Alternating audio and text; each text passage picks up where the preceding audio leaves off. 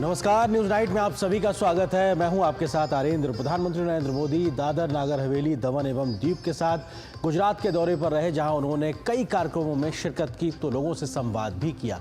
क्या रहा पीएम मोदी के आज के दौरे में, खास करेंगे विस्तार से चर्चा। दिखाएंगे खबर कि कर्नाटक के बजट पेश होने के बाद बीजेपी ने इसे मुस्लिम लीग का बजट आखिर क्यों कहा। होगी बात उत्तर प्रदेश के मुख्यमंत्री योगी आदित्यनाथ के उस बयान की, जिसके बाद यूपी की सियासत में एक बार फिर से हलचल तेज हो गई है। इसके अलावा भी होंगी देश दुनिया की हर जरूरी और महत्वपूर्ण खबर। शुरुआत हेडलाइंस के साथ। प्रधानमंत्री मोदी ने सिलवासा में दादर एवं नागर हवेली तथा दमन एवं दीव के 2580 करोड़ रुपए से अधिक के विकास परियोजनाओं का किया उद्घाटन एवं शिलान्यास। नमो अस्पताल का किया उद्घाटन। जन औषधि को बताया सबसे सस्ते इलाज की गारंटी।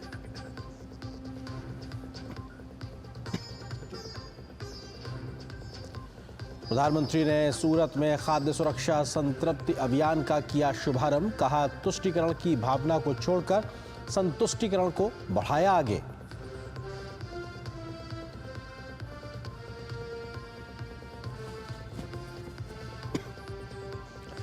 भाजपा ने कर्नाटक सरकार के बजट को बताया मुसलमानों का चरम तुष्टीकरण का बजट।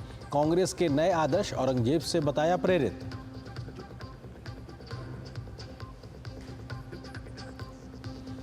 केंद्रीय गृह मंत्री अमित शाह ने भाषा के मुद्दे पर तमिलनाडु के मुख्यमंत्री स्टालिन पर निशाना साधा। मेडिकल इंजीनियरिंग की शिक्षा तमिल में देने को कहा।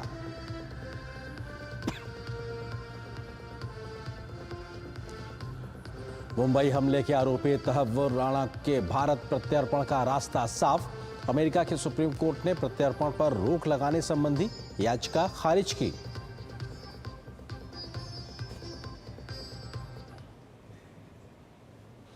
आप देख रहे थे सुर्खियां। खबरों पर डालते हैं विस्तार से नजर। प्रधानमंत्री नरेंद्र मोदी ने दादर नागर हवेली और दमन एवं दीव का आज दौरा किया। पीएम मोदी ने सिलवासा में 2580 करोड़ रुपए से अधिक की विकास परियोजनाओं का उद्घाटन व शिलान्यास किया, जिसमें कनेक्टिविटी, स्कूल, प्रशासनिक भवन, जल आपूर्ति और सीवेज से जुड़ी परियोजनाएं शामिल रहीं। इसके साथ ही प्रधानमंत्री ने नमो अस्पताल के पहले चरण का भी आज उद्घाटन किया। ये 450 बिस्तरों वाला अस्पताल है, जो कि 460 करोड़ रुपए की लागत से बनकर तैयार होगा। केंद्र शासित प्रदेश में ये विशेष रूप से चिकित्सा सुविधा उपलब्ध कराएगा। प्रधानमंत्री ने रोजगार मेले के अंतर्गत नियुक्ति पत्र भी आज वितरित किए। प्रधानमंत्री मोदी ने पीएम आवास योजना, शहरी गिर आदर्श आजीविका योजना और सिलवन दीदी योजना के तहत लाभार्थियों को लाभ भी वितरित किए। गिर आदर्श आजीविका योजना का उद्देश्य इस क्षेत्र की अनुसूचित जात, अनुसूचित जनजाति, अन्य पिछड़ा वर्ग, अल्पसंख्यक समुदाय और दिव्यांगजन श्रेणी से संबंधित महिलाओं के लिए छोटे डेयरी फार्म स्थापित करके और उनके जीवन में सामाजिक एवं आर्थिक बदलाव लाकर उनके आर्थिक सशक्तिकरण को बढ़ावा देता है। सिलवन दीदी योजना महिला स्ट्रीट वेंडरों को सुंदर ढंग से डिजाइन किए गए ठेले प्रदान करके उनके उत्थान से जुड़ी एक पहल है। प्रधानमंत्री ने अपने संबोधन में कहा कि सिलवासा का कॉस्मोपॉलिटन मिजाज बताता है कि दादर एवं नागर हवेली तेजी से नए अवसरों का विकास कर रहा है। पीएम मोदी ने कहा कि यहां विकास को और गति देने के लिए 2500 करोड़ रुपए से अधिक की विकास परियोजनाओं का उद्घाटन व शिलान्यास किया गया है।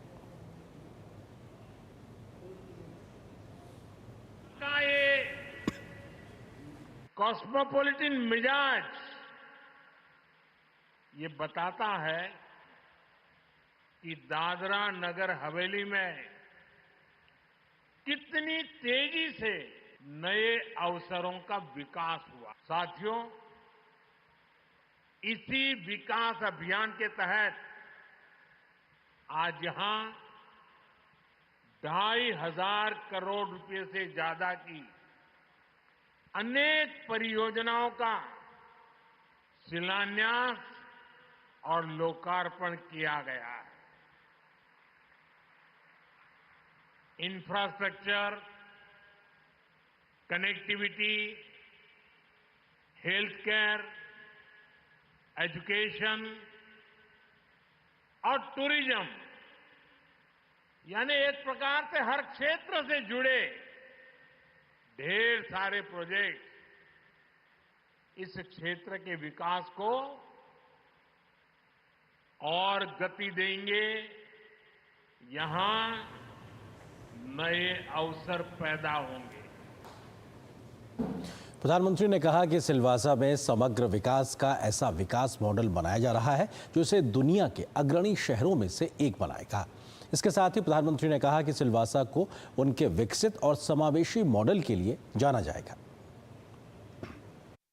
हम इस प्रदेश को एक ऐसा मॉडल स्टेट बना रहे हैं जो अपने समग्र विकास, होलिस्टिक डेवलपमेंट के लिए जाना जाए। मैं चाहता हूं ये क्षेत्र जाना जाए अपने हाई टेक इंफ्रास्ट्रक्चर के लिए, ये क्षेत्र जाना जाए आधुनिक स्वास्थ्य सेवाओं के लिए, यह क्षेत्र को जाना जाए वर्ल्ड क्लास एजुकेशन इंस्टीट्यूट्स के लिए, यहां की पहचान हो अपने टूरिज्म से, ब्लू इकोनॉमी से, यहां की पहचान बने यहां की औद्योगिक प्रगति, युवाओं के लिए नए अवसर, महिलाओं की भागीदारी और चौतरफा विकास। प्रधानमंत्री ने कहा कि केंद्र शासित प्रदेश दादर एवं नागर हवेली, दमन और दीव में सरकारी योजनाओं का लाभ हर लाभार्थी को मिल रहा है। प्रधानमंत्री ने कहा कि इन योजनाओं की सफलताओं से यहां के लोगों के जीवन में सकारात्मक बदलाव आए हैं। हमारा सिलवासा और ये संघ प्रदेश विकास के मामले में देश के नक्शे पर एक अलग पहचान के साथ उभर रहे। दादरा और नगर हवेली, दमन और दीव ये कई योजनाओं में सैचुरेशन की स्थिति में पहुंच गए। जीवन के हर आयाम में, हर जरूरत के लिए सरकार की योजना का लाभ हर लाभार्थी को मिल रहा है। आप देखिए, one nation one ration card से हर व्यक्ति को भोजन की गारंटी मिली है। जल जीवन मिशन से हर परिवार तक पीने का साफ पानी पहुंच रहा है। भारत नेट से डिजिटल कनेक्टिविटी मजबूत हुई है। पीएम जनधन ने हर परिवार को बैंकिंग सेवाओं से जोड़ा है। पीएम जीवन ज्योति बीमा और पीएम सुरक्षा बीमा योजना का लाभ हर लाभार्थी को मिल रहा है। इन योजनाओं की सफलता ने यहां के लोगों को विश्वास से भर दिया है। प्रधानमंत्री नरेंद्र मोदी आज से 2 दिवसीय गुजरात दौरे पर भी है। प्रधानमंत्री के गृह राज्य पहुंचने पर सूरत में उनका भव्य स्वागत किया गया। इस दौरान केंद्रीय मंत्री CR पाटिल और गुजरात के मुख्यमंत्री भूपेंद्र पटेल भी मौजूद रहे। प्रधानमंत्री सूरत के लिंबायत में सूरत खाद्य सुरक्षा संतृप्ति अभियान कार्यक्रम का उन्होंने शुभारंभ किया और 2.3 लाख से अधिक लाभार्थियों को राष्ट्रीय खाद्य सुरक्षा अधिनियम के तहत लाभ प्रदान किया गया। प्रधानमंत्री ने अपने संबोधन में कहा कि सूरत आज गरीब और वंचितों को भोजन और पोषण की सुरक्षा देने के मिशन में आगे निकल रहा है। प्रधानमंत्री ने यह भी कहा कि इस सैचुरेशन अभियान में इस बात का ध्यान रखा गया है कि किसी के साथ कोई भेदभाव न होने पाए।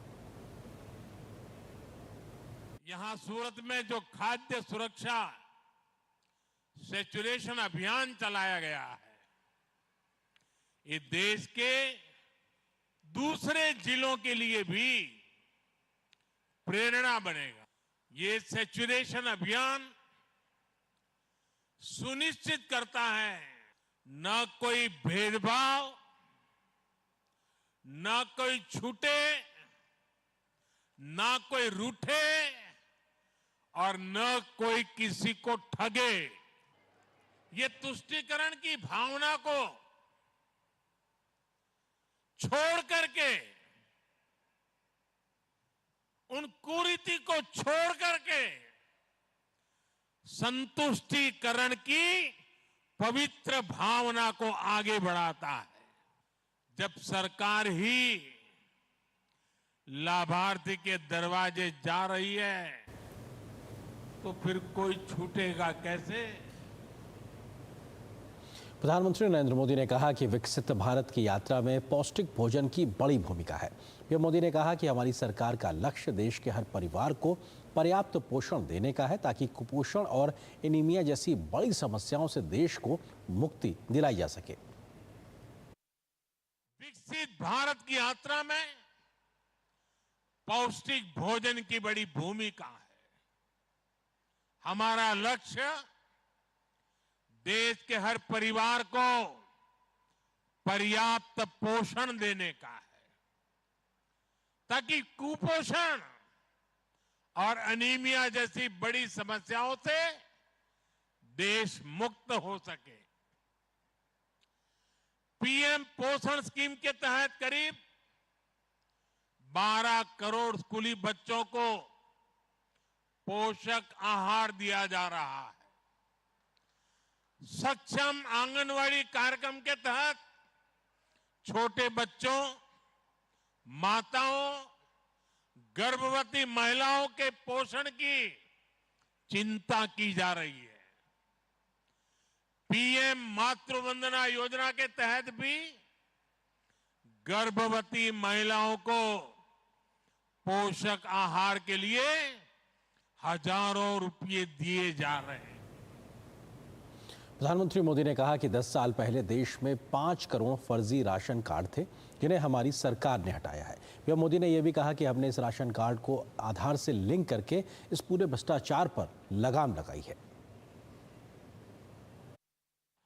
आज हमारी मुफ्त राशन की योजना ने करोड़ों लोगों का जीवन आसान किया है। आज असली हकदार को उसके हक का पूरा राशन मिल पा रहा है, लेकिन 10 साल पहले तक ये संभव नहीं था।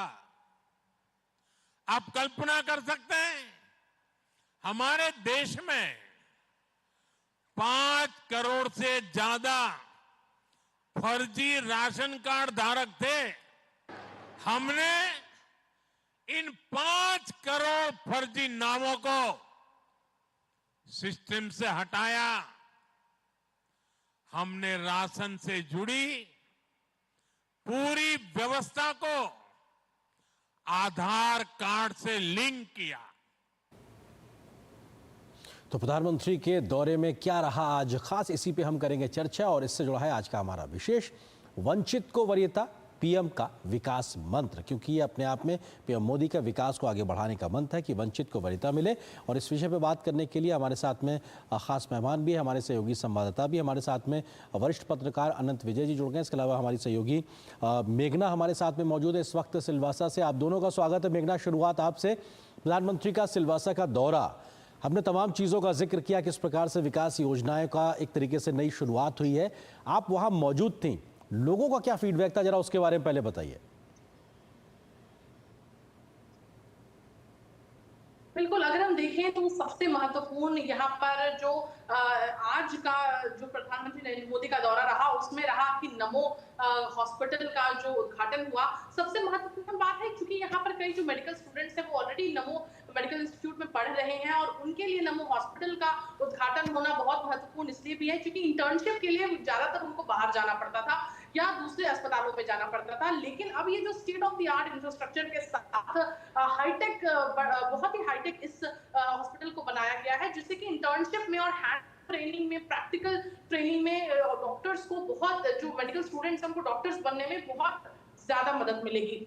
दूसरी बात यहाँ पर यह है, प्रधानमंत्री नरेंद्र मोदी ने कई विषयों पर बात की, जिसमें सबसे पहले अगर हम बात करें तो प्रधानमंत्री नरेंद्र मोदी ने सिंगापुर का एग्जाम्पल दिया, जो उन्होंने कहा कि सिंगापुर एक मछुआरों का छोटा सा गांव हुआ करता था, लेकिन अब अगर हम देखें सिंगापुर को तो वो एक बहुत ही बड़ा इकोनॉमी बन चुका है, बहुत ही बड़ा देश बन चुका है। और ये सब हुआ क्योंकि उन्होंने लगातार उन्होंने डेवलपमेंट को साथ रखा, लगातार उन्होंने मेहनत की। तो खास तौर पर अगर हम यहाँ सिलवास की बात करें, दादरा नगर हवेली की बात करें, तो प्रधानमंत्री नरेंद्र मोदी ने ब्लू इकोनॉमी को यहाँ पर प्रोत्साहन देने की बात कही है, होलिस्टिक डेवलपमेंट, जिसमें कि अगर हम कहें तो इंडस्ट्रियलाइजेशन की भी बात हो रही है। और खास तौर पर एजुकेशन के क्षेत्र में किस तरीके से दादरा नगर हवेली पिछले कुछ समय में, दादरा नगर हवेली और दमन दीव दोनों जो यूनियन टेरिटरीज हैं वो पिछले कुछ समय में किस तरीके से आगे आए हैं, उसका भी एग्जांपल उन्होंने दिया। बिल्कुल, एक तरीके से वो दिखाई जी वो दिखाई पड़ा है। मेघना, मैं लौटता हूँ आपके पास में। हाँ, मैं लौटता हूँ आपके पास या फिर जी जेएनएलयू की बात करें, ट्रिपल आईआईटी दीव की बात करें, national institute of fashion technology की बात करें, होटल मैनेजमेंट इंस्टीट्यूट की बात करें, या फिर दमन के इंजीनियरिंग कॉलेज की बात करें, ये सभी नेशनल लेवल के इंस्टीट्यूट्स हैं। और इसलिए अब जो छात्रों को बाहर जाना पड़ता था पढ़ने के लिए, अब उन्हें नहीं जाना पड़ेगा। बिल्कुल। तो मेघना, ये कुछ अपने आप में आप जो बात करी महत्वपूर्ण है। मैं लौटता हूँ आपके पास में। हमारे साथ में वरिष्ठ पत्रकार प्रफुल्ल केतकर जी भी इस वक्त जुड़ गए हैं। आनंद विजय जी, शुरुआत मैं आपके पास आता हूँ। विकास नहीं बल्कि विकास का एक ऐसा मॉडल देने की बात प्रधानमंत्री कर रहे हैं सिलवासा में जो नजीर बने देश में और दुनिया के लिहाज से। इस प्रकार का आगे डेवलपमेंट दिखाई पड़ेगा, तो ये तो एक विजनरी सोच के साथ आगे बढ़ने के कदम दिखाई पड़ते हैं। देखिए, अभी आर्यन जी जिस प्रकार से मेघना जी बता रही थी वहां से कि प्रधानमंत्री नरेंद्र मोदी ने सिंगापुर का उदाहरण दिया और एक छोटी सी मछुआरों की बस्ती से सिंगापुर आज इतना विकसित हुआ, और उन्होंने जो तुलनात्मक दादर नगर हवेली से किया और जिस प्रकार से आज 2580 करोड़ रुपए उस रीजन के डेवलपमेंट के लिए उन्होंने दिया। मैं सिलवासा को भी उससे जोड़ के देखता हूं, क्योंकि राज्य और सीमाएं अलग हो पर क्षेत्र एक ही बनता है, और अगर उस पूरे क्षेत्र का विकास होता है तो वहां समग्र विकास की बात प्रधानमंत्री ने की है। तो जब आप होलिस्टिक विकास की बात करते हैं तो आपको स्वास्थ्य, शिक्षा और धन, ये सब की बात करनी पड़ेगी। आज प्रधानमंत्री नरेंद्र मोदी ने बहुत अच्छी बात कही है और उन्होंने लगातार पिछले, अगर आप देखें तो 1.5-2 महीने से वो खाद्य तेल को कम करने की बात कर रही है। सिर्फ स्वास्थ्य से जुड़ा हुआ मुद्दा, भले ही प्रधानमंत्री उसको बता रहे, पर ये कहीं ना कहीं हमारी इकोनॉमी से जुड़ता है। अगर आप सोचे कि भारत की प्रति व्यक्ति आय 10% कम हो जाए खाद्य तेल खपत की, तो हमारा जो इंपोर्ट है खाद्य तेल का और जिस प्रकार से हम तेल का आयात करते हैं उसका कितना एक्सचेकर को फायदा होगा, इसको भी देखने वाली बात है। और इससे जो पैसे बचेंगे उसका न सिर्फ विकास का में डाल सकते हैं बल्कि लोगों की सेहत भी अच्छी होगी। और ये प्रधानमंत्री ने कंसिस्टेंटली इसको फॉलो किया। अभी सेहत वाली बात को, तेल वाली बात को आप देखिए, अपने मन की बात से उन्होंने इस बात का आरंभ किया था आर्यन जी, और आज जब सिलवासा में वो नमो अस्पताल का उद्घाटन करने पहुंचते हैं या जो नए मेडिकल फैसिलिटीज का दादरा नगर हवेली में उद्घाटन करते हैं, तो वहां भी वो जानबूझकर योजनाबद्ध तरीके से प्रधानमंत्री लोगों को प्रेरित करने के लिए खाद्य तेल में 10% कमी का आह्वान करते हैं। आपको याद होगा प्रधानमंत्री ने किसी समय पर सब्सिडी छोड़ने की बात की थी और उसका भी कितना व्यापक असर पड़ा था। और ये तो हमारे आपके सेहत से जुड़ा हुआ मामला, और हम जैसे जो थोड़े तंदुरुस्त दिखने वाले लोग हैं उनको तो प्रधानमंत्री की सलाह तत्काल प्रभाव से मान लेनी चाहिए और राष्ट्र निर्माण में और राष्ट्र के विकास में अपना योगदान करना चाहिए। साथ ही साथ अपने सेहत को बेहतर करने के लिए भी प्रधानमंत्री के इस प्रेरक वक्तव्य को हमें आत्मसात करना। स्वस्थ नागरिक से स्वस्थ देश का निर्माण भी होगा, इस दिशा में जिस बात का जिक्र आप कर रहे हैं। प्रफुल्ल जी, आपसे समझना चाहेंगे कि प्रधानमंत्री का सिलवासा दौरा, उसमें तमाम चीजें दिखाई पड़ी। विकास परियोजनाओं में कनेक्टिविटी पे फोकस था, शिक्षा स्वास्थ्य पे फोकस था और लोगों से संवाद भी था। आपको लगता है कि इस पूरे दौरे के क्या बड़े तथ्य रहे जो कि प्रधानमंत्री की इस पूरी यात्रा में दिखाई पड़ रहा है? देखिए आर्यन, 3 बातें समझनी चाहिए। पिछले 6 दिनों में प्रधानमंत्री जी का ये गुजरात का दूसरा दौरा है। वो 6 दिन पहले सोमनाथ गए थे और फिर वहां पे हमने देखा कि किस तरीके से उन्होंने वहां पे पूजा अर्चना की। और अब आज का जो सिलवासा और फिर सूरत, दोनों जगह पर जिस तरह का उन्हें दौरा किया है, गुजरात में न केवल उनको 3 बार मुख्यमंत्री और 3 बार प्रधानमंत्री के इसमें पूरा योगदान दिया है, बल्कि अभी रिसेंटली गुजरात ने एक बम्पर, जिस तरीके से कह सकते हैं कि स्थानीय स्वराज्य संस्थाओं के चुनावों में भी बहुत बड़ी मेजोरिटी बीजेपी को दी है, वो प्रधानमंत्री मोदी के लिए एक तरीके से मैंडेट है। लेकिन तीसरी बात जो समझनी चाहिए, देखिए कल परसों में वहां पे कांग्रेस का भी अधिवेशन 1961 के बाद पहली बार गुजरात में होने जा रहा है। इसके पॉलिटिकल मायने भी बहुत है। और कल प्रधानमंत्री स्वयं नवसारी में रहेंगे जब वो महिला दिवस के कार्यक्रम को संबोधित करेंगे। आज की उनकी चुनावी रैली, जो चुनावी तो नहीं थी लेकिन जो रोड शो था, उसमें भी जिस तरह का कनेक्ट हमको दिखा आर्यन, इसमें हम बहुत बार भूल जाते हैं दादरा और नगर हवेली ये एरिया स्ट्रेटेजिकली बहुत इंपॉर्टेंट है, पर्यटन की दृष्टि से तो है ही, लेकिन जिसको एक तरीके से हमने निग्लेक्ट किया था। पोर्तुगीजों से बहुत देर से दादरा नगर हवेली को स्वतंत्रता मिली थी और इस वजह से एक अलग थलग पड़ गया क्षेत्र, ना पूरी तरह से महाराष्ट्र में है, ना पूरी तरह से गुजरात में है। तो ये जो विजन आज जो प्रधानमंत्री जी ने दिखाया कि हम इस क्षेत्र को केवल एक यूनियन टेरिटरी नहीं मानते, अपने आप में सांस्कृतिक दृष्टि से और विकास की दृष्टि से अब मानते हैं, ये मुझे लगता है कि सिलवासा के लिए और दादरा नगर हवेली के लिए एक बहुत अच्छी खबर है। बिल्कुल। मेघना, जल्दी से, क्योंकि आप तमाम लोगों के बीच मौजूद रही थी, लोगों की प्रतिक्रिया क्या थी इस प्रकार की विकास योजनाओं की शुरुआत के बाद में, और एक पूरा एक रोड मैप दिखाई पड़ रहा है आने वाले भविष्य के लिए भी कि कैसा विजन के साथ में अब वहां पे विकास होता हुआ दिखाई पड़ेगा। मेघना।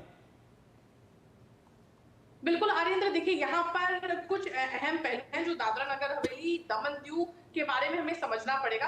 दमन दीव चूंकि टूरिज्म में ज्यादा जो इकोनॉमी है वो जनरेट करता है, ज्यादा रेवेन्यू जनरेट करता है दमन और दीव। दादरा नगर हवेली का काफी समय से यहाँ पर इंफ्रास्ट्रक्चर डेवलपमेंट किया जा रहा है, लेकिन एक अगर मुकाबला करें दमन दीव से तो काफी पीछे रह चुका था। लेकिन अब धीरे धीरे जैसे कि यहाँ पर ना केवल टूरिज्म का डेवलपमेंट किया जा रहा है, इंफ्रास्ट्रक्चर डेवलपमेंट किया जा रहा है, बल्कि उसके साथ ही साथ यहाँ पर कोशिश की जा रही है कि कितने ज्यादा एजुकेशनल इंस्टीट्यूट्स खोले जाएं, हेल्थ टूरिज्म के हिसाब से हेल्थ केयर इंस्टीट्यूट्स खोले जाएं, तो इन सभी विषयों पर भी ध्यान दिया जा रहा है। दूसरी बात यह है कि इसकी कनेक्टिविटी बहुत बेहतरीन है, क्योंकि वापी से सिलवास आना 18 किलोमीटर है, बहुत कम समय लगता है। वापी से इसका कनेक्टिविटी अच्छी है, महाराष्ट्र से इसकी कनेक्टिविटी अच्छी है, तो इसको भी जिस तरीके से प्रफुल्ल जी कह रहे थे कि वो बहुत ही स्ट्रैटेजिक लोकेशन है, बहुत अहम है दादरा नगर हवेली इन मायनों में भी। और इसके साथ अगर हम देखें तो कल प्रधानमंत्री नरेंद्र मोदी का भी बहुत अहम दौरा है। नवसारी में बहुत ही अहम सम्मेलन होने वाला है, लखपति दीदी कार्यक्रम में प्रधानमंत्री नरेंद्र मोदी हिस्सा लेंगे, संवाद करेंगे, संबोधन करेंगे। और उसके साथ ही गुजरात पुलिस ने इसलिए बहुत अहम इनिशिएटिव लिया है। अब इस इनिशिएटिव में गुजरात पुलिस ने कल प्रधानमंत्री नरेंद्र मोदी के पूरे नवसारी के कार्यक्रम के लिए 2000 से भी अधिक महिला पुलिस कर्मियों को तैनात किया है। तो कल प्रधानमंत्री नरेंद्र मोदी का जो पूरा कार्यक्रम है वो महिला पुलिसकर्मी ही उसको संभालेंगी और उसकी पूरी जो तैयारी है वो महिला पुलिसकर्मियों द्वारा ही की जाएगी। तो गुजरात पुलिस भी अपनी एक तरीके से महिला शक्ति को कल प्रधानमंत्री नरेंद्र मोदी के कार्यक्रम में दिखाएगी, जहां पर लखपति दीदी भी प्रधानमंत्री नरेंद्र मोदी से संवाद करती नजर आएगी। बिल्कुल अनंत विजय जी, क्योंकि जहां एक तरफ आपने जिक्र किया कि 10% तेल कम खाएं लोग, इस ओर प्रेरित किया प्रधानमंत्री ने, तो वहीं खाद्य सुरक्षा संतृप्त अभियान को लेकर भी पहल दिखाई पड़ी है, जिसकी वजह से लोगों का पोषण बढ़ सके और खासतौर से एनीमिया जैसे जो तमाम ऐसे रोग हैं जो कुपोषित होने की बड़ी वजह बनते हैं, उस पर हम एक स्थायी जीत हासिल कर सकें, इस दिशा में भी प्रधानमंत्री का फोकस दिखाई पड़ा है। आर्यन जी ठीक कह रहे हैं आप। कुपोषण के शिकार सिर्फ हम भारतीय नहीं हुए, बल्कि स्वाधीनता के बाद कई क्षेत्र भी कुपोषण के शिकार रहे। आज अगर प्रधानमंत्री खड़े होकर कहीं ये कह रहे हैं कि हमें अगले 10 वर्षों में, जो पिछले 10 वर्षों में भारत नेट जैसी बात करें, इंटरनेट में जिस प्रकार से 100% वहां अचीव किया, जिस प्रकार से 1 नेशन 1 राशन कार्ड वहां अचीव किया, जिस प्रकार से उन्होंने वहां पीएम जनधन योजना, प्रधानमंत्री जीवन ज्योति बीमा योजना, ये सब वहां हो गया है। और अब वो जिस होलिस्टिक विकास डेवलपमेंट की बात कर रहे हैं, जिसमें वो बहुत स्ट्रेटेजिकली ये बात प्रधानमंत्री ने कहा कि एजुकेशन, इंफ्रास्ट्रक्चर, इंडस्ट्रियल डेवलपमेंट और हेल्थ, ये 3 चीज को लेकर दादरा नगर हवेली और सिलवासा और इससे जुड़े हुए इलाकों में विकास का काम करना है। तो मुझे लगता है कि ये कुपोषण, जो क्षेत्रीय कुपोषण, मुझे लगता है कि जो क्षेत्रीय कुपोषण आजादी के बाद इस देश में कई इलाकों में रहा था, जिस ओर प्रफुल्ल जी ध्यान आकृष्ट करा रहे थे कि वो बहुत स्ट्रेटेजिकली लोकेटेड होने के बावजूद उसको बहुत देर से उधर ध्यान गया। तो मुझे लगता है कि जब मालदीव ने हमारी तरफ आंख तरेरी थी तो प्रधानमंत्री ने वहां जाके कुर्सी पर बैठ के एक संदेश भी दिया था, अगर आपको वो तस्वीर याद हो तो मुझे लगता है कि प्रधानमंत्री कोई भी काम अकारण नहीं करते, उनके पीछे उनका एक सोच होता है और वो एक विजन होता है जिसके लिहाज से वो काम करते हैं और कहीं संदेश देते हैं। कल ही आप याद कीजिए जिस प्रकार से उन्होंने उत्तराखंड जाकर वहां लोगों ने बहुत बहुत गहरी लाइन प्रधानमंत्री की मिस की, जिसमें उन्होंने कहा कि जो गांव खाली हो गए थे उसको हम फिर से बसा रहे हैं। ये सीमा पर लोगों को ले जाकर बचाना रणनीतिक रूप से भारत के लिए बहुत ही सुदृढ़ करने वाला एक कदम है। उसी प्रकार का काम वो दादरा नगर हवेली में कर रहे हैं। तो इसी को होलिस्टिक अप्रोच करते हैं। एक तरफ आप उत्तराखंड में सीमा पर गांव बसाने की बात कर रहे हैं और दूसरा सुदूर पश्चिम में जाकर आप दादर नगर हवेली में भी वहां को समग्र विकास की बात कर रहे हैं। तो मुझे लगता है कि एक जो देश का प्रधानमंत्री होगा उसको इसी तरह देश के लिए समग्र सोच की आवश्यकता होती है, ताकि कोई क्षेत्र कुपोषित न रहने पाए। बिल्कुल प्रफुल्ल जी, जो बात समग्रता के साथ विकास को आगे बढ़ाने की बात आनंद जी कह रहे हैं, उसको अगर प्रधानमंत्री ने जैसे आज रखा कि अब वो जब सूरत में मौजूद थे तो उन्होंने सूरत की व्यापारिक गतिविधियों के आधार पे और तेजी से आगे बढ़ने की बात कही, तो तमाम सामाजिक योजनाओं के आंकड़ों के जरिए से लोगों को मिल रहे लाभ और लोगों की जिंदगी में आ रहे एक बेहतरी को भी उन्होंने साफ तौर से गिनाया है। और भ्रष्टाचार कैसे लगाम लगी उस पर भी वो बोलना नहीं भूले आज। जी, जिस तरीके से डिजिटलाइजेशन, टेक्नोलॉजी का गवर्नेंस में उपयोग और उसके कारण लाखों फर्जी लोगों को बेनिफिशियरी की लिस्ट से हटाना, और उसके बाद यदि हम देखते हैं कि जो आंकड़ा प्रधानमंत्री जी ने गिनाया 32 लाख करोड़ मुद्रा योजना के, केवल मुद्रा योजना के मतलब गरीब के खाते में गए हुए फंड है, तो उन्होंने पॉलिटिकल तंज कसते हुए कहा कि जो लोग हमको सवाल करते हैं हम पर, उनको शायद 32 लाख करोड़ में जीरो कितने होते ये भी नहीं पता। तो वो भी अपने आप में एक बड़ा मैसेज था। फिर उन्होंने कहा कि सूरत में स्वच्छता को लेकर, सूरत हमेशा इंदौर के साथ इस स्वच्छता के जब से ये शुरू हुआ है स्वच्छ भारत अभियान और अलग अलग शहरों का रैंकिंग, तो उन्होंने ये भी कहा कि सूरत ने जिस तरह का योगदान दिया है, लेकिन आर्येंद्र जैसे हम जानते हैं सूरत उद्यमिता का शहर है और इंक्लूजन का जिस तरह का मॉडल सूरत ने खड़ा किया है उसकी प्रशंसा आज तीसरी टर्म में पहली बार प्रधानमंत्री जब पहुंचे तो उन्होंने एक तरीके से सूरत वालों का उस मॉडल के लिए धन्यवाद भी किया, जिस मॉडल को देश भर में प्रधानमंत्री लेकर जाना चाहते हैं। तो इस संदर्भ में भी उनकी सूरत का जो सभा है वो महत्वपूर्ण हो जाती है। बिल्कुल, कल 8 मार्च को अंतर्राष्ट्रीय महिला दिवस के मौके पर प्रधानमंत्री गुजरात के नवसारी में होंगे और सबकी निगाहें रहेंगी कि इस मौके पर भी प्रधानमंत्री किस प्रकार से कहते हैं, क्योंकि नारी वंदन अधिनियम के माध्यम से महिलाओं को सशक्त करने को लेकर किस प्रकार से तमाम प्रयास किए गए हैं उसको हम सब जानते हैं। फिलहाल वक्त इतनी अनुमति दे रहा, आप तीनों का बहुत बहुत शुक्रिया हमारे साथ जुड़ने के लिए। और प्रधानमंत्री के इस दौरे पर लगातार हमारी नजर बनी रहेगी क्योंकि कल भी प्रधानमंत्री गुजरात के दौरे पर रहेंगे। फिलहाल यहाँ पर एक छोटे से ब्रेक के लिए रुकते हैं, बहुत जल्द हाजिर होते हैं।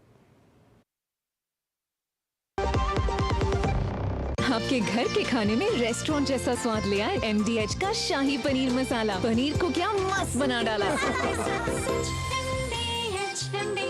बलजीत बाजी सत श्री अकाल। मेरा सोना मेरी खेती नू 4 चांद लगा रहा है। बल्ले बल्ले हो गया ये तो। बड़ीकर साहब कैसे का है? मेरा सोना मेरी दुकान में स्टॉक बढ़ा रहा है। हजारिका बाबू की खबर? हाल खबर सर, मेरा सोना मेरे बेटे का म्यूजिक एल्बम बना रहा है। बढ़िया बढ़िया एकदम बढ़िया। तो अपने सोने को काम पे लगाइए, आज ही कॉल कीजिए 1-800-313-1212 पर। मेरी पसंद, मेरी पसंद, मेरी पसंद, मेरी पसंद, हमारी पसंद, हम सबकी पसंद।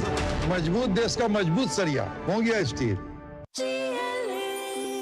जो लक्ष्य चुना था समझ आने लगा है। GLA यूनिवर्सिटी, उच्च लक्ष्य की निश्चित प्राप्ति। कैसे धंधा बढ़ेगा, कैसे गल्ला चलेगा, कैसे टाइकून बनेगा, ये काफी नहीं बेटा, तो स्कूटर है तेरा कब रॉकेट बनेगा। सिर्फ नजर बट्टू लगाने से बिजनेस बढ़ता तो हर बड़ा बिजनेस यही करता। बिजनेस बढ़ता है क्रेडिट से। अपनी दुकान में क्रेडिट ऑन UPI अपनाओ, कस्टमर्स को UPI पे क्रेडिट मिलेगा तो कस्टमर्स बढ़ेंगे और उनकी शॉपिंग भी। क्या समझे? अपने पेमेंट पार्टनर से संपर्क करें। ये तो बड़ी समझदार, बड़ी होशियार। वही टेस्ट का असली टेस्ट MDH, जिस जगह लिखते हैं।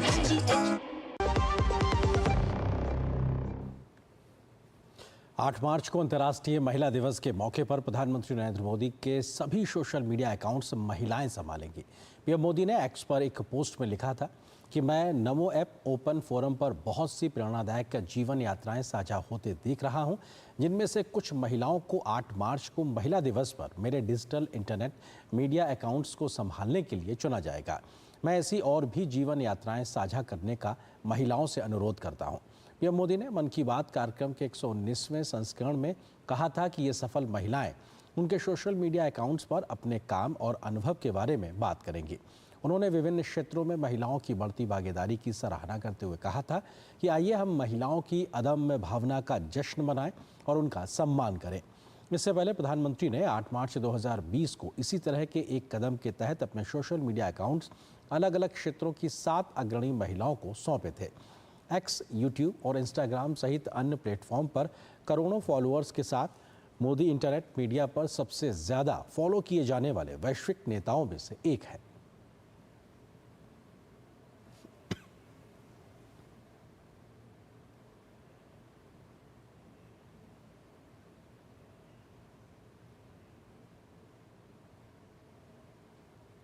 ऐसी पहल करने जा रहा हूं जो हमारी नारी शक्ति को समर्पित होगी। इस विशेष अवसर पर मैं अपने सोशल मीडिया अकाउंट जैसे एक्स, इंस्टाग्राम के अकाउंट्स, उनको देश की कुछ इंस्पायरिंग वुमेन को एक दिन के लिए सौंपने जा रहा हूं। ऐसी वुमेन जिन्होंने अलग अलग क्षेत्रों में उपलब्धियां हासिल की हैं, इनोवेशन किया है, अलग अलग क्षेत्रों में अपनी एक अलग पहचान बनाई है।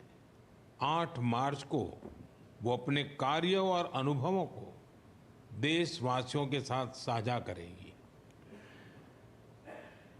विदेश मंत्रालय के प्रवक्ता रणधीर जायसवाल ने प्रधानमंत्री नरेंद्र मोदी के आगामी मॉरिशस दौरे की जानकारी देते हुए कहा कि प्रधानमंत्री 11-12 मार्च को मॉरिशस की यात्रा करेंगे। उन्होंने बताया कि 12 मार्च को प्रधानमंत्री मॉरिशस के राष्ट्रीय दिवस के मुख्य अतिथि के रूप में शामिल होंगे। उन्होंने बताया कि पीएम मोदी मॉरिशस के राष्ट्रपति और प्रधानमंत्री से भी मुलाकात करेंगे। पीएम मोदी वरिष्ठ नेताओं के साथ बैठकें भी करेंगे। On the invitation of the Prime Minister of Mauritius, Dr. Navin Chandra Ramgoolam, Prime Minister Shri Narendra Modi will pay a state visit to Mauritius on March 11th and 12th, 2025, to attend the National Day celebrations of Mauritius, which falls on 12th of March. As the chief guest, a contingent of Indian Defence Forces will participate in the celebrations, along with a ship from the Indian Navy. Prime Minister will visited Mauritius in 2015. During the visit, Prime Minister will call on the President of Mauritius, meet with the Prime Minister of Mauritius, and hold several other meetings with important dignitaries, senior leaders from the country. और बात कर्नाटक की। कर्नाटक में आज सिद्धरामैया सरकार ने budget पेश किया तो बीजेपी के निशाने पर आ गए। कर्नाटक की कांग्रेस सरकार ने बजट में मुस्लिम समुदाय के लिए दिल खोलकर योजनाओं का ऐलान किया, जिसके बाद बीजेपी ने कांग्रेस पर मुस्लिम तुष्टीकरण की राजनीति करने का आरोप लगाया है। इस मामले पर आज दोनों ओर से जमकर राजनीतिक बयानबाजी भी देखने को मिली।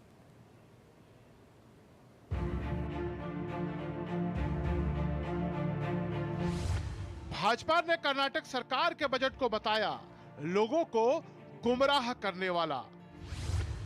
मुख्यमंत्री सिद्धारमैया ने अपने हर बजट में किए झूठे वादे। भाजपा ने कहा कर्नाटक सरकार का बजट उनके नए आदर्श औरंगजेब से प्रभावित। भाजपा ने कहा कांग्रेस अब मोहम्मद अली जिन्ना के विचार को आगे बढ़ा रही है। कर्नाटक के मुख्यमंत्री सिद्धारमैया ने शुक्रवार को विधानसभा में बजट पेश किया। सिद्धारमैया सरकार द्वारा पेश बजट को विपक्षी दल भाजपा ने केवल और केवल जुमले वाला और सच्चाई से दूर करार दिया है। भाजपा का कहना है कि अब तक राज्य की कांग्रेस सरकार ने पिछले वादों को पूरा नहीं किया है। जनता से झूठे वादे करना और राज्य को विकास से दूर रखना कर्नाटक सरकार की आदत बन गई है। भाजपा ने कहा कि कांग्रेस अब मोहम्मद अली जिन्ना के विचार को आगे बढ़ा रही है और कर्नाटक सरकार का यह बजट उनके नए आदर्श औरंगजेब से प्रभावित है।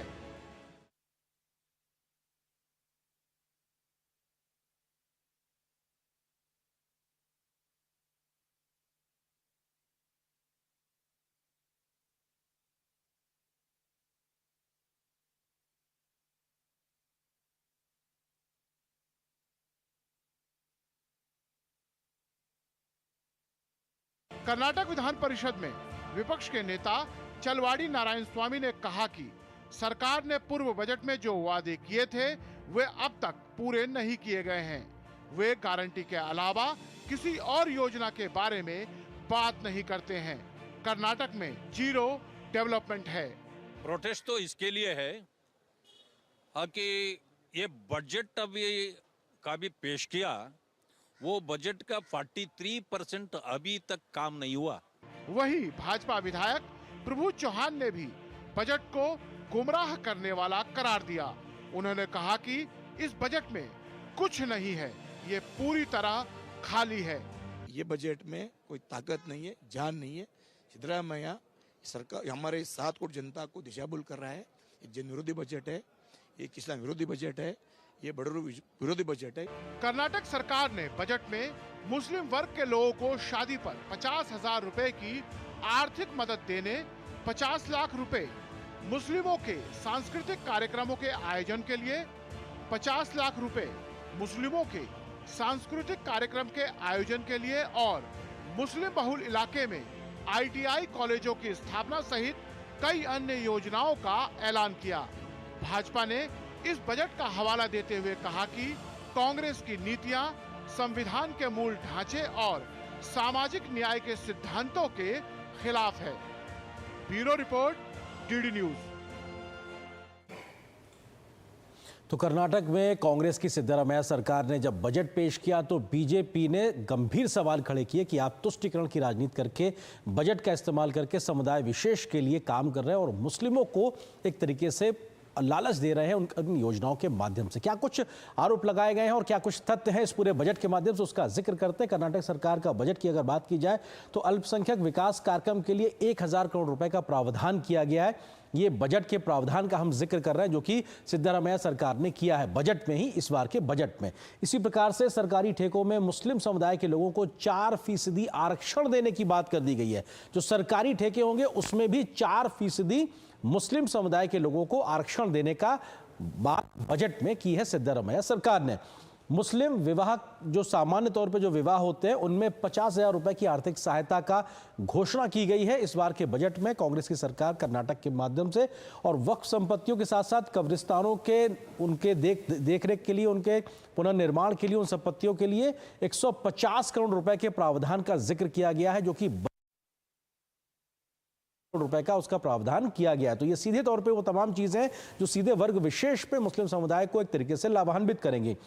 मुस्लिम सांस्कृतिक कार्यक्रमों के लिए भी 50 लाख रुपए की रकम का प्रावधान कर्नाटक की सरकार ने बजट में ही करने की ऐलान किया है और ये 50 लाख एक तरीके से सांस्कृतिक कार्यक्रमों पे खर्च होंगे। इमाम के वेतन को बढ़ाकर अब 6,000 रुपए प्रति महीना करने का फैसला भी किया गया है। हालांकि अन्य समुदाय से जो अल्पसंख्यक समुदाय के से जुड़े लोग हैं उनका भी इसमें जिक्र किया गया है, लेकिन ये सीधे तौर पर एक तरीके से फायदा देगा वहाँ पे बड़ी संख्या में लोग हैं। मुस्लिम क्षेत्रों में नए ITI स्थापित करने के ऐलान भी किया गया है। जहाँ पे मुस्लिम बहुल इलाके हैं वहाँ पर ITI नए स्थापित किए जाएंगे। हालांकि ये बेहतर पहल है, लेकिन एक तरीके से वर्ग विशेष को टारगेट करके देना ये एक तरीके से दिखाता है किस प्रकार की राजनीति है। कर्नाटक परीक्षा प्राधिकरण में मुस्लिम छात्रों को 50% शुल्क में रियायत का प्रावधान भी बजट में किया गया और ये अपने आप में कई उन फैसलों में से एक फैसला है जो सीधे तौर पे मुस्लिम वर्ग के छात्रों को ही लाभ देता नजर आएगा। बजट प्रपोजल में मुस्लिम लड़कियों के लिए आवासीय PU कॉलेज खोलने का ऐलान भी किया गया है सिद्धरामैया सरकार के द्वारा और ये दिखाता है किस प्रकार से इस बजट प्रपोजल के माध्यम में वर्ग विशेष को टारगेट किया गया। मुस्लिम छात्रों के लिए राष्ट्रीय और विदेशी स्थिति पर जो छात्रवृत्तियां दी जाती है उसमें भी इजाफा किया गया है, वृद्धि की गई है। उसका ऐलान भी बजट में मुख्यमंत्री के माध्यम से सीधे तौर पर किया गया है। तो ये बजट के माध्यम से मुस्लिम तुष्टीकरण की नीति का आरोप बीजेपी सीधे तौर पर लगा रही है और बेंगलुरु के हज भवन का नए भवन बनाए जाएंगे, वहां पर उसका विस्तार किया जाएगा और नए भवनों के माध्यम से बेंगलुरु के हज भवन का विस्तार करने का प्रावधान भी बजट में सिद्धरामैया सरकार ने सीधे तौर पे किया है और यह दिखाता है किस प्रकार से बातें हैं। मुस्लिम छात्राओं के लिए आत्मरक्षा प्रशिक्षण देने का प्रावधान बजट में किया गया है, उसका ऐलान आज मुख्यमंत्री ने किया है और मुस्लिम छात्राओं को ही आत्मरक्षा के लिए बजटीय प्रावधान का जिक्र ऐलान उन्होंने बजट में किया है। तो ये दिखाता है कि आप कैसे टारगेटेड तरीके से काम कर रहे हैं। तो ये अपने आप में कर्नाटक सरकार के बजट की तमाम वो बड़ी बातें जिसको लेकर बीजेपी गंभीर तौर पे सवाल खड़े कर रही है, आरोप लगा रही है कि आखिर क्यों वर्ग विशेष को टारगेट करके उनको लाभान्वित करने के लिए योजनाएं सरकार ला रही है, बल्कि पूरे राज्य के लिए, सभी के लिए क्यों नहीं। और आपको बताते हैं अगली स्लाइड में कि कांग्रेस लगातार तुष्टीकरण के आरोपों में घिरती रही है और उसकी वजहें भी हैं। एक लंबा इतिहास रहा है और क्या कुछ बड़े तथ्य रहे, आइए आपको सिलसिलेवार तरीके से बताते हैं। कर्नाटक में गैर संवैधानिक तरीके से 4% मुस्लिम आरक्षण दिया हुआ। यह गैर संवैधानिक इसलिए है क्योंकि भारत का संविधान धर्म के आधार पर आरक्षण देने की बात नहीं कहता, उसके बावजूद ये दिया गया। तेलंगाना में कांग्रेस ने लागू किया मुसलमानों के लिए 4% आरक्षण। तेलंगाना भी एक ऐसा राज्य जब अविभाजित एक तरीके से आंध्र प्रदेश हुआ करता था, उस वक्त के समय से तेलंगाना में ये व्यवस्था चली आ रही है और कांग्रेस ने ही एक तरीके से तुष्टीकरण की नीति में ये काम किया था। 2014 में उस वक्त की महाराष्ट्र की जो कांग्रेस की सरकार थी उसने मुस्लिमों को 5% आरक्षण का वायदा शिक्षा और नौकरी में करने का अध्यादेश जारी कर दिया था, हालांकि जो बाद में नहीं लागू हो पाया क्योंकि कानूनी प्रावधानों के कई प्रकार की बातें थी, लेकिन सीधे तौर पर तुष्टीकरण की नीति के तहत यह किया गया था और चुनाव से पहले एक प्रकार से यह अध्यादेश लाया गया था। 2006 में जब यूपीए की सरकार होती थी उस वक्त सच्चर कमेटी ने इस बात का जिक्र किया था कि सशस्त्र बलों में यानी हमारी सेनाओं में सीआरपीएफ और तमाम जो केंद्रीय बल है उनमें मुस्लिम कितने कर्मचारी हैं उनकी गिनती हो, इसका सुझाव दिया गया था। जबकि यह पहली बार है कि सेनाओं में, सशस्त्र बलों में कभी इस प्रकार की रेखा नहीं खींची गई जो कि जातीय आधार पर वर्ग को बांटती नजर आती हो। इसी प्रकार से अगले तथ्य की जल्दी से बात करें तो उस वक्त पूर्व प्रधानमंत्री डॉक्टर मनमोहन सिंह ने कहा था देश के संसाधनों में मुसलमानों को प्राथमिकता के आधार पर उनको तरीके से दिया जाना चाहिए जो संसाधन है देश के। और ये बयान तब से लेकर आज तक लगातार राजनीतिक तौर पर सुर्खियों में रहता है क्योंकि मुस्लिम लोगों को देश के संसाधनों पर पहला हक है। ये बात कांग्रेस के उस वक्त के प्रधानमंत्री ने कहा था। 2012 में योजना आयोग ने क्या कुछ किया था, उस वक्त केंद्र की सभी योजनाओं में अल्पसंख्यकों के लिए 15% धनराशि आवंटित हो, इस प्रकार का एक तरीके से उन्होंने प्रावधान करने का एक तरीके से काम किया था। और जो उस वक्त योजना आयोग होता था, जो अभी नीति आयोग होता है, ये एक तरीके से उनका प्रपोजल था। अगले तथ्य की जल्दी से आपको बात बताएं तो हम कह सकते हैं कि फरवरी 2013 में केंद्रीय मंत्रिमंडल ने इस प्रकार की योजनाओं में अल्पसंख्यकों के लिए 15% धनराशि का आवंटन हो, उस पर एक तरीके से चर्चा हुई थी। यानी कि उस वक्त की यूपीए सरकार में चर्चा भी हुई थी। सच्चर कमेटी और नाथ मिश्रा आयोग हो, इन सब लोगों ने मुस्लिमों के लिए 17% ओबीसी में से सब कोटा देकर, अगले तथ्य में जल्दी से आएगा, सब कोटा देकर 8.4% उनको आरक्षण देने की बात कही थी। तो ये अपने आप में गंभीर सवाल है कि किस प्रकार से कोटे में सब कोटा, वो भी धर्म के आधार पर। डॉक्टर मनमोहन सिंह ने कहा था केंद्रीय मंत्रालयों की योजनाओं में कल्याण निधि में 15% अल्पसंख्यकों के लिए अलग से रखा जाए, यानी कि उनका सीधे तौर पे टारगेट कहीं ना कहीं दिखाई पड़ रहा था कि कैसे अल्पसंख्यकों के लिए लगातार योजनाओं में उनके लिए आरक्षण की व्यवस्था की जाए, उनके लिए अलग से प्रावधान किए जाएं। कांग्रेस ने जो दिल्ली की जामिया मिलिया इस्लामिया यूनिवर्सिटी उसमें SC ST का आरक्षण को खत्म किया था, जो SC ST के लिहाज से एक तरीके से बिल्कुल भी मुफीद नहीं था, लेकिन ये तुष्टीकरण की राजनीति को लेकर सीधे तौर पर कांग्रेस का ये फैसला हुआ था। इसी तरह से अगले अगर तथ्य की बात की जाए तो 2007 में भगवा आतंकवाद की साजिश की बात पहली बार उस वक्त की यूपीए सरकार के गृह मंत्री के माध्यम से कही गई थी, जबकि ऐसा कोई एक प्रकार का तथ्य नहीं था, लेकिन एक नैरेटिव गढ़ने की कोशिश की गई थी। इसी प्रकार से 2010 में राहुल गांधी ने अमेरिका के उस वक्त के राजदूत से कहा था कि मुस्लिम आतंकवादियों से बड़ा खतरा देश के हिंदुओं से है। तो यह भी अपीजमेंट की पॉलिटिक्स थी और किस तरीके से हिंदू लोगों से खतरा की बात की थी, बल्कि मुस्लिम आतंकवादियों को उन्होंने इतना खतरनाक नहीं बताया। 2012 में राहुल गांधी ने भरे मन से मुस्लिमों को आरक्षण देने की वकालत की थी और कहा था कि साहब इनकी बात सुनी जानी चाहिए। तो ये अपने आप में चुनावी वायदे लगातार किए जाते रहे। कांग्रेस ने राम मंदिर कार्यक्रम के निमंत्रण को भी ठुकरा दिया था, यह भी एक प्रयास था मुस्लिम तुष्टीकरण की नीति को लेकर। 2024 लोकसभा चुनाव जो अभी कुछ समय पहले हुआ था, उसमें आय और संपत्ति की असमानता को लेकर मुस्लिम तुष्टीकरण का कार्ड भी कांग्रेस ने बड़े और बृहद स्तर पर चला था, जिसको लेकर एक बहुत बड़ी सियासत भी पूरे देश में देखने को मिली थी। अभी महाराष्ट्र विधानसभा चुनाव जो भी कुछ समय पहले हुए हैं 2024 में, उसमें मुस्लिमों को धर्म के आधार पर आरक्षण का वायदा किया गया था। जो एक मौलवी कमेटी थी, उन्होंने 17 मांगे रखी थी और उनको साइन करके कहा गया था कि साहब हाँ इन 17 मांगों को मान लेंगे, और ये वायदा कांग्रेस के माध्यम से किया गया। तो एक लंबा इतिहास रहा है कांग्रेस के माध्यम से तुष्टीकरण की नीति की, और वही आज परिपाटी कर्नाटक में, जहां पे राज्य में कांग्रेस की सरकार है, सिद्धरामैया की सरकार है, उन्होंने भी बजट प्रपोजल्स के माध्यम से ऐसी नीतियां या बजट के ऐलान किए हैं जो सीधे तौर पर मुस्लिम तुष्टीकरण की नीति को आगे बढ़ाते दिखाई पड़ रहे हैं। फिलहाल एक छोटे से ब्रेक के लिए रुकते हैं, बहुत जल्द हाजिर होते हैं।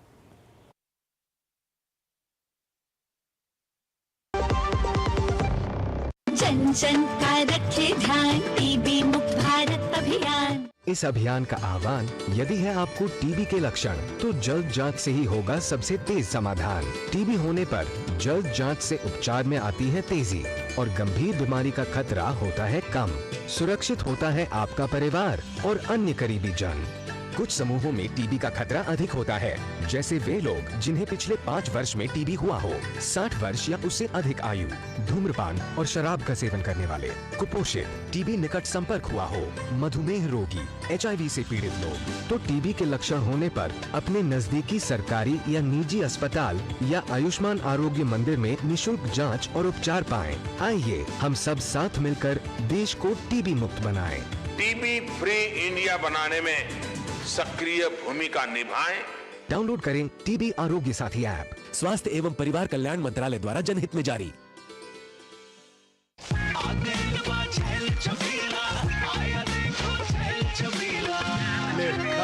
अच्छा भैया, मेरी गाय को भी अपने हाथों से चारा खिला दो। अरे खिलाई देते हैं। हमारी गाय भैया। क्या हो गया? पूरा का पूरा गांव यहाँ आ गया। अच्छा भैया, इसी हाथ से चारा खिलाते हो, तभी तो आपके गाय भैंसों की ब्याज सबसे ज्यादा है। अरे पगले, ये चमत्कार इस हाथ का नहीं, हाथ में जो कपिला पशु आहार है उसका है, जो पशुओं की सेहत अच्छी रखता है और ब्याज भी बढ़ाता है। ले जाओ।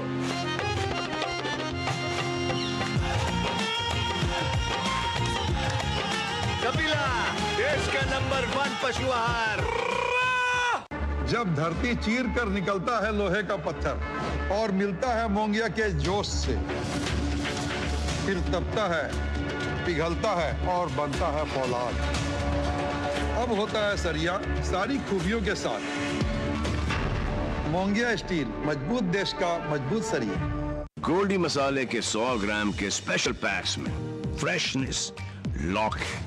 ऐसे गोल्डी मसाले जहां जाएं रिश्ते बनाएं। केंद्रीय गृह मंत्री अमित शाह आज तमिलनाडु के दौरे पर थे, जहां उन्होंने डीएमके सरकार पर निशाना साधा तो तमिलनाडु की समृद्ध विरासत का गुणगान भी किया। बीते कुछ दिनों से छिड़े त्रिभाषा विवाद पर अमित शाह ने कहा कि तमिलनाडु के मुख्यमंत्री स्टालिन को राज्य में तमिल भाषा में मेडिकल और इंजीनियरिंग की पढ़ाई शुरू कराना चाहिए। गृह मंत्री ने कहा कि मोदी सरकार ने केंद्रीय सशस्त्र पुलिस बल के अभ्यर्थियों के लिए अपनी क्षेत्रीय भाषाओं में परीक्षा देने की व्यवस्था को लागू किया है। भाषा मुद्दे पर अमित शाह का स्टालिन पर निशाना। तमिल में इंजीनियरिंग और मेडिकल की शिक्षा प्रदान करे राज्य सरकार। केंद्रीय सशस्त्र पुलिस बल के अभ्यर्थी अपनी क्षेत्रीय भाषाओं में दे सकते हैं परीक्षा। तमिलनाडु में सत्तारूढ़ द्रमुक और केंद्र सरकार में भाषा के मुद्दे पर छिड़े विवाद के बीच केंद्रीय गृह मंत्री अमित शाह ने शुक्रवार को मुख्यमंत्री एमके स्टालिन से राज्य में तमिल में इंजीनियरिंग और मेडिकल की शिक्षा प्रदान करने को कहा। उन्होंने तमिलनाडु के मुख्यमंत्री एमके स्टालिन द्वारा हिंदी थोपे जाने के आरोप पर कहा कि प्रधानमंत्री नरेंद्र मोदी के नेतृत्व वाली सरकार ने ही ये सुनिश्चित किया है कि केंद्रीय सशस्त्र पुलिस बल के अभ्यर्थी अपनी अपनी क्षेत्रीय भाषाओं में परीक्षा दे सकें। चेन्नई के रानीपेट में केंद्रीय औद्योगिक सुरक्षा बल के 56वें स्थापना दिवस पर आयोजित कार्यक्रम को संबोधित करते हुए गृह मंत्री ने कहा कि प्रधानमंत्री नरेंद्र मोदी के नेतृत्व वाली सरकार ने ये सुनिश्चित किया है कि परीक्षा में उत्तर पुस्तिका तमिल में भी लिखी जा सकेगी। मेरा आग्रह है तमिलनाडु के मुख्यमंत्री को कि तमिलनाडु में भी तमिल भाषा में मेडिकल और इंजीनियरिंग का एजुकेशन शुरू किया जाए, शीघ्र किया जाए। और मैं मानता हूं इससे न केवल अपनी मातृभाषा मजबूत होगी और तमिल माध्यम में पढ़े हुए बच्चों को आगे पर समान अवसर मिलेंगे। मैं आशा करता हूं कि वो जल्दी ही इस पर कुछ कदम उठाएंगे। मैं 2 साल से कह चुका हूं, पर अभी तक कोई परिणाम नहीं मिला है। मुझे आशा है कि आज वो जरूर कुछ पहल करेंगे। अमित शाह ने तमिलनाडु की सराहना करते हुए कहा कि राज्य की संस्कृति ने भारत की सांस्कृतिक धारा को मजबूत करने में महत्वपूर्ण भूमिका निभाई है। उन्होंने कहा कि चाहे वो प्रशासनिक सुधार हो, आध्यात्मिक ऊंचाइयों को प्राप्त करना हो, शिक्षा हो या राष्ट्र की एकता और अखंडता, तमिलनाडु ने हर क्षेत्र में भारतीय संस्कृति को मजबूत किया है। तमिलनाडु की संस्कृति ने अनेक प्रकार से भारत की संस्कृति की नदी को मजबूत करने का काम किया है। चाहे प्रशासनिक सुधार हो, चाहे आध्यात्मिक ऊंचाई प्राप्त करनी हो, हर क्षेत्र में तमिलनाडु ने भारतीय संस्कृति को बहुत मजबूत किया है। तमिल भाषा, तमिल संस्कृति और तमिल परंपराएं भारत की संस्कृति का अनमोल गहना है। उसको पूरा देश आज स्वीकार कर कर चल रहा है। गौरतलब है कि सत्तारूढ़ द्रमुक राष्ट्रीय शिक्षा नीति के माध्यम से हिंदी लागू करने का दावा कर रही है। हालांकि केंद्र ने इसका खंडन किया है। राज्य सरकार ने कहा है कि वो केवल द्विभाषा नीति यानी तमिल और अंग्रेजी का पालन करेगी। हालांकि राष्ट्रीय शिक्षा नीति 2020 ने 3 भाषा फॉर्मूले को बरकरार रखा है और किसी भी राज्य पर कोई भाषा नहीं थोपी है।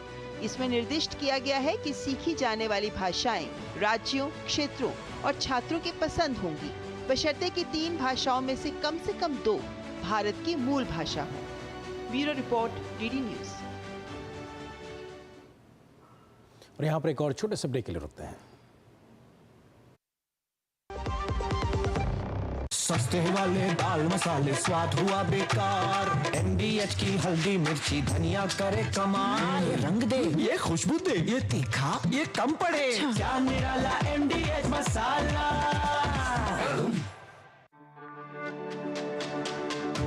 मेरी पसंद, मेरी पसंद, मेरी पसंद, मेरी पसंद, हमारी पसंद, हम सबकी पसंद। मजबूत देश का मजबूत सरिया मोंगिया स्टील। कैसे धंधा बढ़ेगा, कैसे गल्ला चलेगा, कैसे टाइकून बनेगा।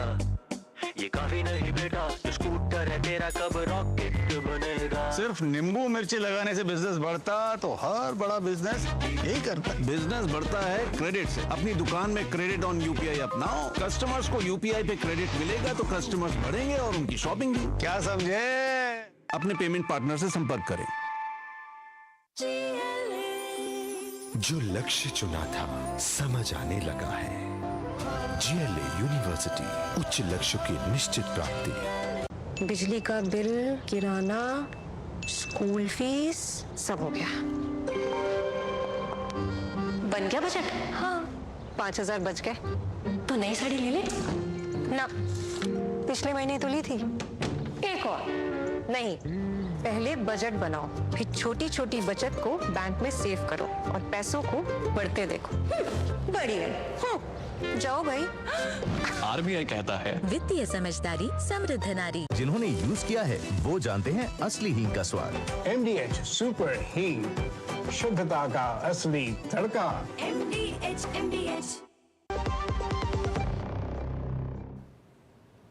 26/11 मुंबई हमले के आरोपी तहव्वुर राणा को एक और तगड़ा झटका लगा है। अमेरिका की सुप्रीम कोर्ट ने तहव्वुर राणा की भारत प्रत्यर्पण पर रोक लगाने की याचिका खारिज कर दी है। भारत प्रत्यर्पण के खिलाफ याचिका दायर कर प्रत्यर्पण पर रोक लगाने की उसने गुहार लगाई थी। तहव्वुर राणा का कहना था कि यदि उसे भारत प्रत्यर्पित किया जाता है तो इस बात की बहुत अधिक संभावना है कि उसे यातना दी जाएगी, क्योंकि वह पाकिस्तानी मूल का मुस्लिम है। उसने कहा कि उसे अधिक यातना दिए जाने की संभावना है और यह यातना उसे शीघ्र ही मार सकती है। राणा ने अमेरिकी सुप्रीम कोर्ट से तत्काल हस्तक्षेप की मांग की थी। उसका तर्क था कि अगर प्रत्यर्पण पर रोक नहीं लगी तो वह अमेरिकी अदालतों के दायरे से बाहर हो जाएगा और जल्द मर जाएगा। इन चिंताओं के अलावा राणा ने अपने बिगड़ते स्वास्थ्य का भी हवाला दिया।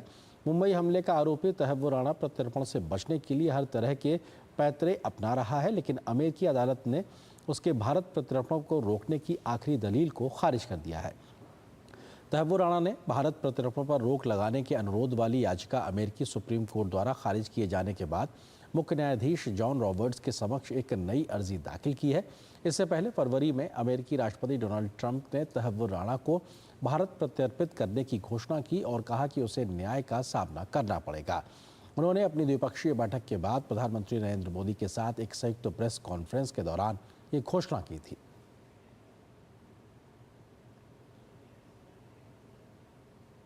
इस केस पे आपने देखा होगा प्रेसिडेंट ट्रंप का बयान, जब हम लोग वहाँ पर थे प्रधानमंत्री के दौरे के दौरान वाशिंगटन DC में।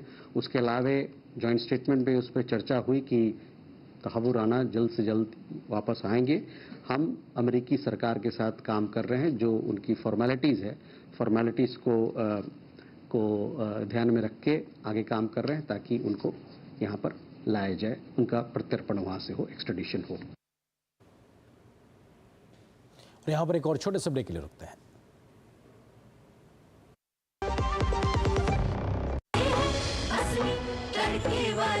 ये तो बड़ी समझदार, बड़ी होशियार, वही टेस्ट का असली test MDH ginger garlic paste.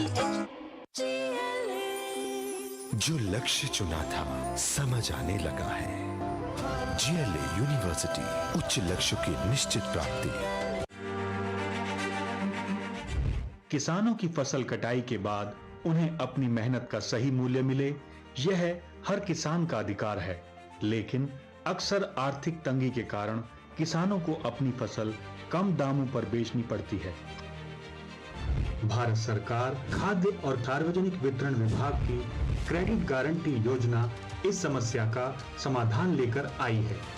अब किसान अपनी फसल को WDRA पंजीकृत गोदामों में इलेक्ट्रॉनिक नेगोशिएबल वेयरहाउस रसीद के माध्यम से तब तक सुरक्षित रख सकते हैं जब तक उन्हें उनकी फसल का उचित दाम न मिल जाए।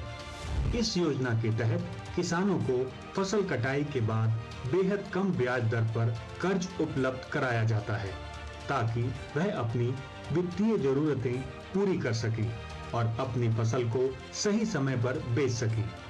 अब किसान बिना किसी अन्य संपत्ति को गिरवी रखे केवल इलेक्ट्रॉनिक नेगोशिएबल वेयरहाउस रसीद के माध्यम से 75 लाख रुपए तक का कर्ज ले सकते हैं।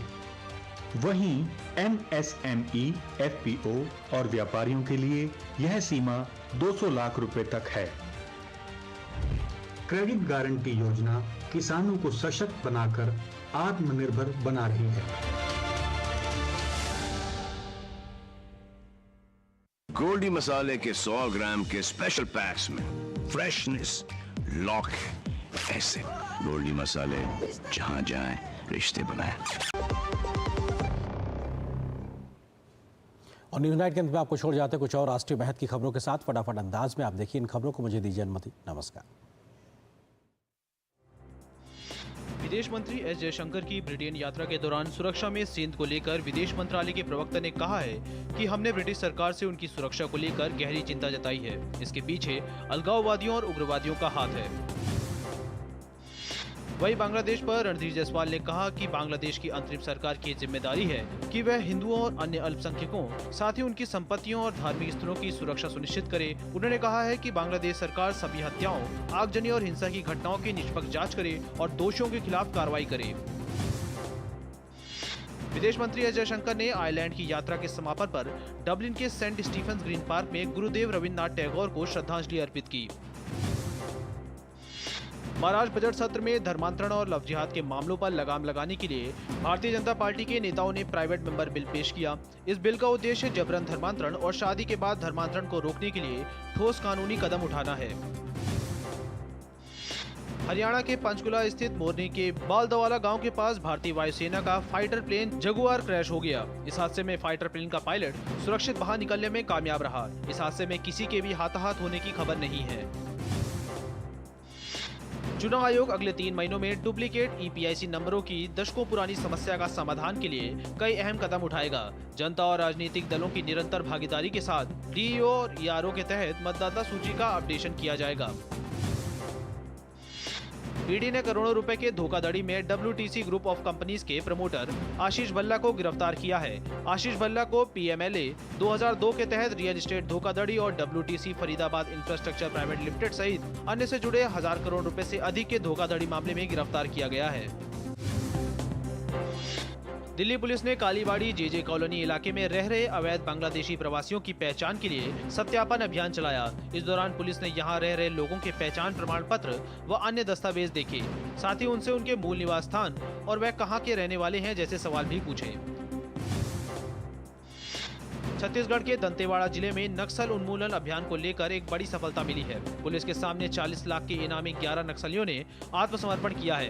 इनमें 7 महिला एवं 4 पुरुष नक्सली शामिल हैं। इन आत्मसमर्पित नक्सलियों को आर्थिक सहायता के रूप में 25-25 हजार रुपए का चेक प्रदान किया गया है।